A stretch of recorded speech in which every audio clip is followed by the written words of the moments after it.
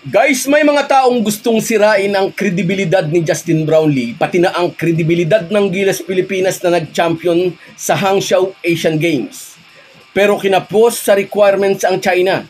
Hindi pa rin nila makukuha sa Pilipinas ang gold medal. Yan at maraming iba pa ang ating pag-uusapan, kaya panoorin nyo ang bidyong ito hanggang dulo. Pero bago ang lahat, kung gusto nyong suportahan ang ating channel, please like and subscribe. Malaking bagay na po yan sa aming mga vlogger. Sa mga nag-subscribe na, maraming salamat. At sa mga hindi pa, salamat sa pagdalaw ninyo dito sa ating channel. Guys, may mga taong sadyang hindi marunong tumanggap ng pagkatalo. Mahigit isang linggo na ang nakaraan mula nang mapagwagian ng Gilas ang gold medal sa Asian Games ay lumabas ang balitang ito na si Justin Brownlee raw ay nag-positive sa illegal substance. Bumagsak sa anti-doping test ng ITA o International Testing Agency. Nakakapagduda ito dahil ang kumuha ng sample ay ang China Anti-Doping Authority o CADA. Kinuha ang urine sample isang araw matapos ang makasaysayang petsa para sa Philippine basketball dahil after 61 years ay nasungkit ng bansa ang gold medal sa Asian Games. Ilang araw pa rin lang ang nakaraan matapos pataubin ng Gilas ang kupunan ng China sa semifinals. At dahil nga kilalang numero 1 mandaraya ang mga Tsekwa, ang ginawang test sa urine sample ni Justin Brownlee ay nalalambungan ngayon ng mga pagdududa. Ganon din kay Sammy Bisay, nakakampi naman ni Randy Hollis Jefferson sa kupunan ng Jordan. Liwanagin nating mabuti, ang Gilas Pilipinas at ang Jordan ang naglaban para sa gold medal match. Habang nanonood na lang ang kupunan ng China na nagkasya sa bronze medal. Nag-cheer para sa Jordan ang mga Chinese. Naging mainit ang dugo ng mga Tsekwa sa Gilas dahil tayo ang tumalo sa kanila sa semis. Ang Gilas ang lumagot sa kanilang pag-asang maipagtanggol ang Asian Games basketball crown. Pero waipik sa mga Gilas players ang pambubo ng mga Chinese. Lalo pang ginanahan sina Junmar Fajardo, Ans Kawami, Scottie Thompson at Chris Newsome. At hindi mapigilan si Justin Brownlee na i-involve ang mga kakampi.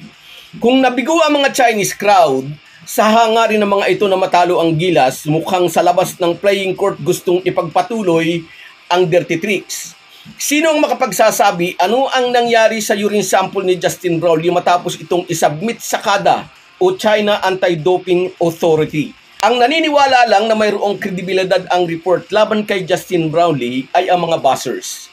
Mga buzzers na nagsitago na mag-champion ng Gilas at ngayong may issue laban kay Brownlee ay nagsusulputang parang mga kabuti.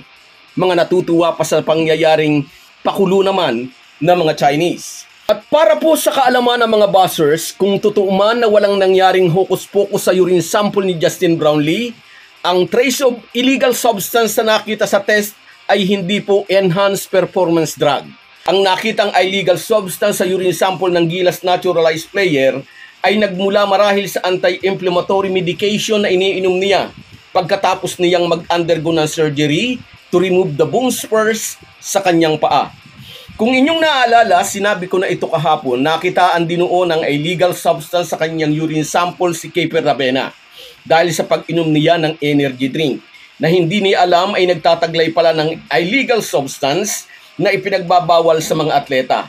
18 buwan ang suspensyong ipinataon ng FIBA kay Keeper Ravena. Iaapila ng POC ang findings sa urine sample ni Justin Brownlee. Posibleng nakainom nga ang naturalized player ng gamot na nagtataglay ng illegal substance, pero uulitin natin, hindi po enhanced performing drug ang natrace sa urine sample ng Ginebra resident import. At kung sakaling maging positive ulit ang confirmatory test, hindi ito nangangahulugan na sinadyang gawin iyon ng mabait na import. Ang masasabi natin, siguro'y nawalan lang siya ng ingat sa pag-inom ng mga gamot na mayroong illegal substance na ipinagbabawal sa mga tulad niyang sikat na atleta. Nagdaraan man ngayon si Justin Brownlee sa mga pagsubok o sa pagsubok na ito, sa yugtong ito ng kanyang karir ay kasama pa rin niya ang milyon-milyong mga Pilipino na 7 taon na niyang binibigyang kasiyahan mula nang maglaro siya sa Barangay Ginebra. Pasasalamat at suporta pa rin ang ipinaaabot sa kanya ng mga Ginebra fans sa karangalang ibinigay niya sa bansang Pilipinas. Samantala, bahagyang nabawasan ang lungkot ng mga Chinese dahil napagaan nila ng konti ang pait ng pagkatalo sa Gilas Pilipinas dahil parang nasabi nila sa buong mundo, si Justin Brownlee na nagpabagsak sa team namin ay hindi pumasa sa anti-doping test. At dahil may isang player din daw ang Jordan na nag-positive sa illegal substance, gusto nilang palabasin na dapat ay disqualified ang Gilas at ang Jordan. Suma total, dapat ay kanila ang gold medal. Pero kinapos sa requirements ang kanilang pangarap. Sinasabi sa rules, at least ay 3 players sa isang team sport ang dapat ay bumagsak sa anti-doping test upang maideklarang disqualify ang laban. Siguro'y nagbabatuhan ng sisi ang may pakana nito. Kinulang tayo sa requirements. Ang tatanga talaga natin.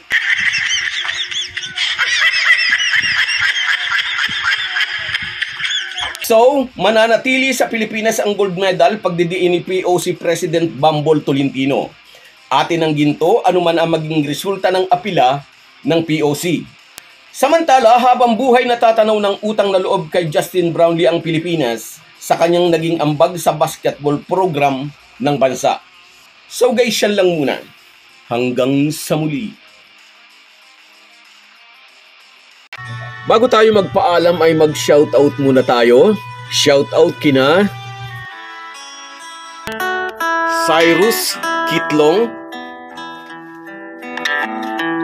Tata Bautista,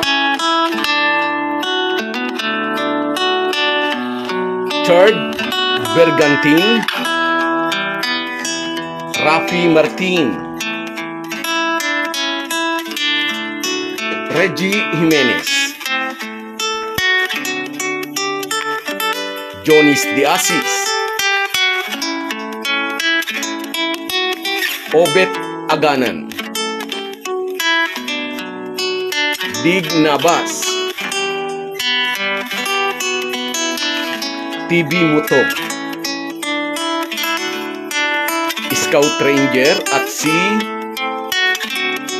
Cedric Waniwan. Lahat po tayo ay may kanya-kanyang pinagkakabisihan, pero bigyan din po natin ng panahon ang espiritual na pangangailangan ng ating puso. Mag-ukol din po tayo ng panahon sa salita ng Diyos.